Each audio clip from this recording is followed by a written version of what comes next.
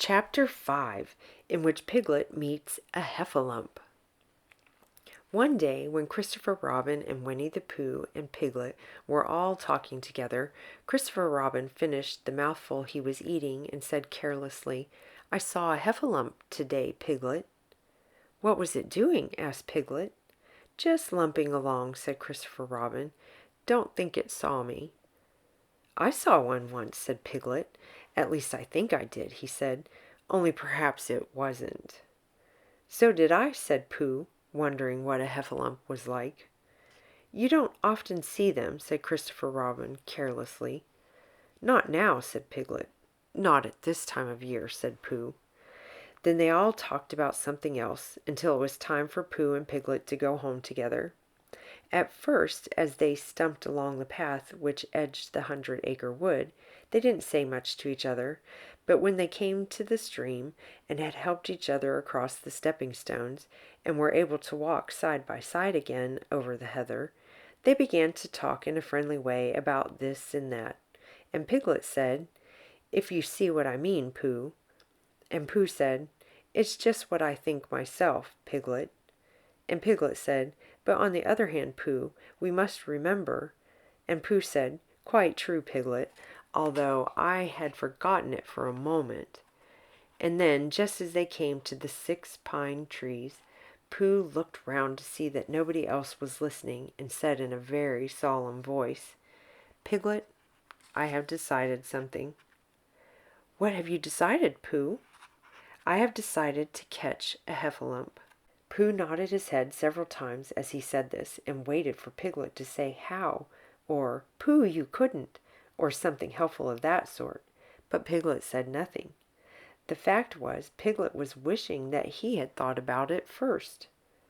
"I shall do it," said Pooh, after waiting a little longer, "by means of a trap, and it must be a cunning trap, so you will have to help me, Piglet." "Pooh," said Piglet, feeling quite happy again now, "I will." And then he said, "How shall we do it?" And Pooh said, "That's just it. How?" And then they sat down together to think it out. Pooh's first idea was that they should dig a very deep pit, and then the heffalump would come along and fall into the pit, and "Why?" said Piglet. "Why what?" said Pooh. "Why would he fall in?" Pooh rubbed his nose with his paw and said that the heffalump might be walking along, humming a little song, so he wouldn't see the very deep pit until he was halfway down, when it would be too late. Piglet said that this is a very good trap, but supposing it were raining already? Pooh rubbed his nose again and said that he hadn't thought of that, and then he brightened up and said that if it were raining already, the heffalump would be looking at the sky, wondering if it would clear up, and he was halfway down, when it would be too late. Piglet said that, now that this point had been explained, he thought it was a cunning trap. Pooh was very proud when he heard this, and he felt that the heffalump was as good as caught already. But there was just one other thing which had to be thought about, and it was this: where should they dig the very deep pit? Piglet said that the best place would be somewhere where a heffalump was, just before he fell into it, only about a foot further on. "But then he would see us digging it," said Pooh. "Not if he was looking at the sky. He would suspect," said Pooh, "if he happened to look down." He thought for a long time, and then added sadly, "It isn't as easy as I thought. I suppose that's why heffalumps hardly ever get caught." "That must be it," said Piglet. They sighed and got up, and when they had taken a few gorse prickles out of themselves, they sat down again, and all the time Pooh was saying to himself, "If only I could think of something," for he felt sure that a very clever bear could catch a heffalump if only he knew the right way to go about it. "Suppose," he said to Piglet, "you wanted to catch me. How would you do it?" "Well," said Piglet, "I should do it like this. I should make a trap, and I should put a jar of honey in the trap, and you would smell it, and you would go in after it, and I would go in after it," said Pooh excitedly, "only very carefully, so as not to hurt myself. and I would get the jar of honey, and I should lick round the edges first of all, pretending that there wasn't any more, you know, and then I should walk away and think about it a little. And then I should come back and start licking in the middle of the jar, and then, yes, well, never mind about that. There you would be, and there I should catch you. Now, the first thing to think of is, what do heffalumps like? I should think acorns, shouldn't you? We'll get a lot of... I say, wake up, Pooh! Pooh, who had gone into a happy dream, woke up with a start and said that the honey was a much more trappy thing than haycorns. Piglet didn't think so, and they were just going to argue about it when Piglet remembered that if they put acorns in the trap, he would have to find the acorns.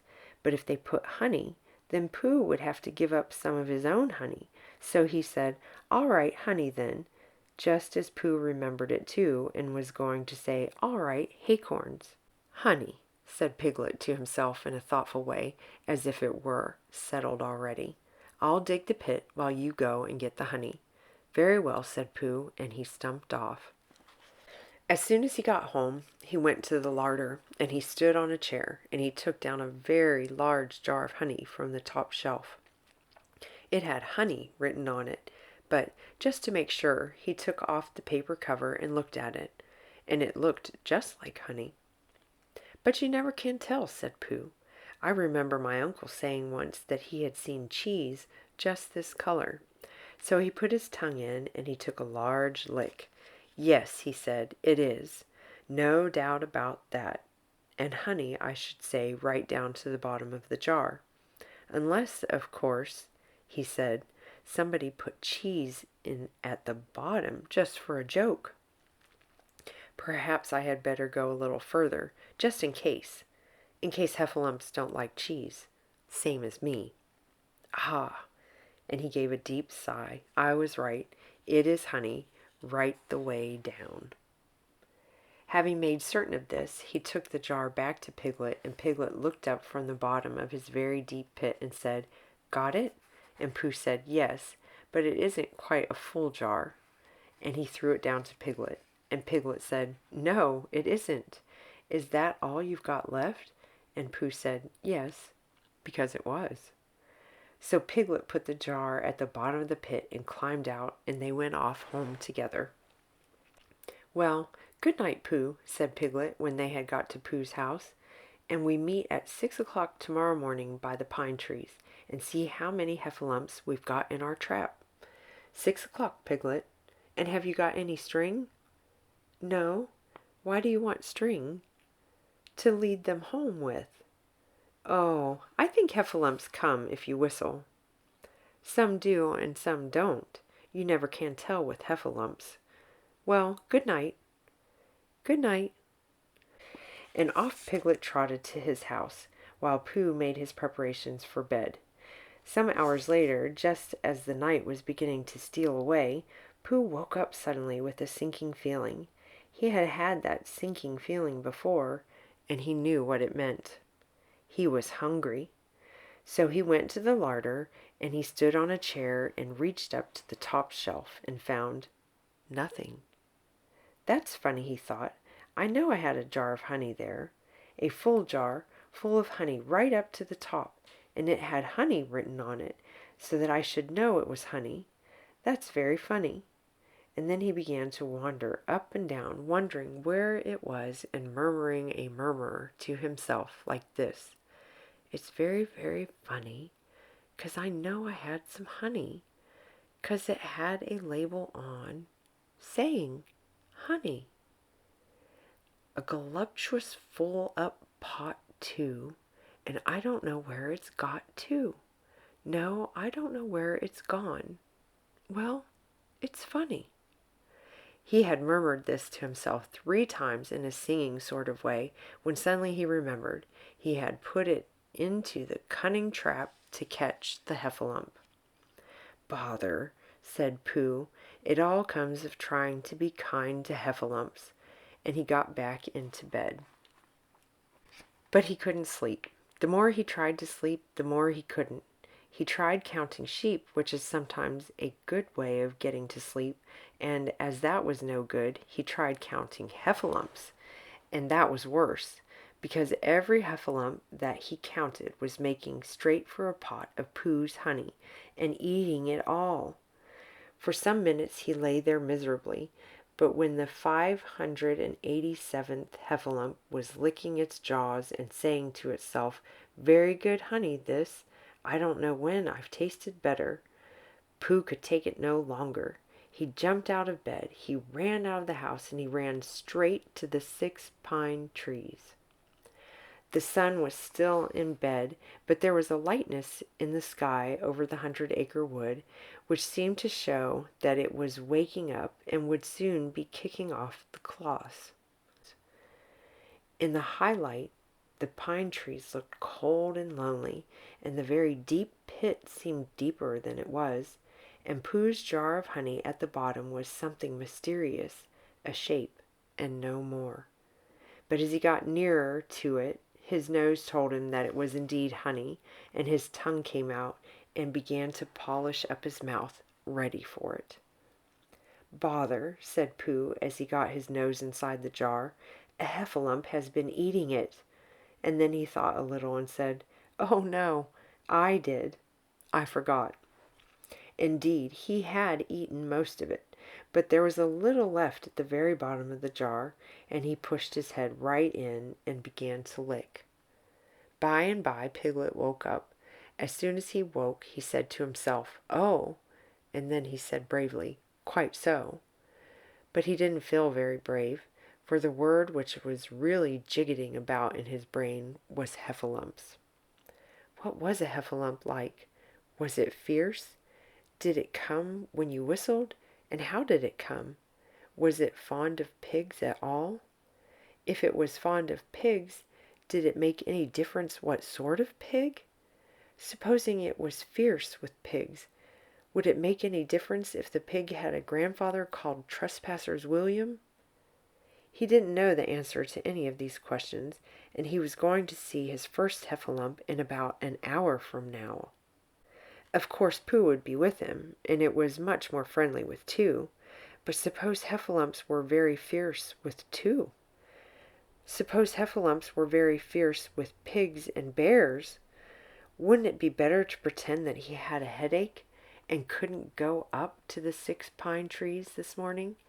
But then suppose that it was a very fine day and there were no heffalumps in a trap. Here he would be in bed all morning, simply wasting his time for nothing. What should he do? And then he had a clever idea. He would go up very quietly to the 6 pine trees now, peep very cautiously into the trap, and see if there was a heffalump there. And if there was, he would go back to bed, and if there wasn't, he wouldn't. So off he went. At first he thought that there wouldn't be a heffalump in the trap, and then he thought that there would, and as he got nearer he was sure that there would, because he could hear it heffalumping about down in the trap. "Oh dear, oh dear, oh dear," said Piglet to himself, and he wanted to run away, but somehow, having got so near, he felt that he must see what a heffalump was like. So he crept to the side of the trap and looked in. And all the time Winnie the Pooh had been trying to get the honey jar off his head. The more he shook it, the more tightly it stuck. "Oh, bother," he said inside the jar, and "oh, help," and mostly "ow." And he tried bumping it against things, but he couldn't see what he was bumping it against. It didn't help him. And he tried to climb out of the trap, but as he could see nothing but jar, and not much of that, he couldn't find his way. So at last he lifted up his head, jar and all, and made a loud roaring noise of sadness and despair. And it was at that moment that Piglet looked down. "Help! Help!" cried Piglet. "A heffalump! A horrible heffalump!" And he scampered off as hard as he could, still crying out, "Help! Help! A horrible hoffalump! Hoff! Hoff! A hellable horralump! Hole! Hole! A hoffable harrarump!" And he didn't stop crying and scampering until he got to Christopher Robin's house. "Whatever's the matter, Piglet?" said Christopher Robin, who was just getting up. "Hef!" said Piglet, breathing so hard that he could hardly speak. A heffalump!" "Where?" "Up there," said Piglet, waving his paw. "What did it look like?" asked Christopher Robin. Like, it had the biggest head you ever saw, Christopher Robin. A great, enormous thing, like nothing. A huge, big, well, I don't know, like enormous, big nothing, like a jar." "Well," said Christopher Robin, putting on his shoes, "I shall go and look at it. Come on." Piglet wasn't afraid if he had Christopher Robin with him, so off they went. "I can hear it, can't you?" said Piglet anxiously as they got near. "I can hear something," said Christopher Robin. It was Pooh, bumping his head against a tree root he had found. "There," said Piglet, "isn't it awful?" And he held on tight to Christopher Robin's hand. Suddenly Christopher Robin began laughing, and he laughed, and he laughed, and he laughed.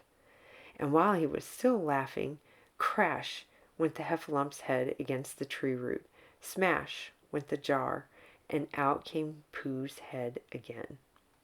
Then Piglet saw what a foolish piglet he had been, and he was so ashamed of himself that he ran straight off home and went to bed with a headache. But Christopher Robin and Pooh went home to breakfast together. "Oh, Bear," said Christopher Robin, "how I do love you." "So do I," said Pooh.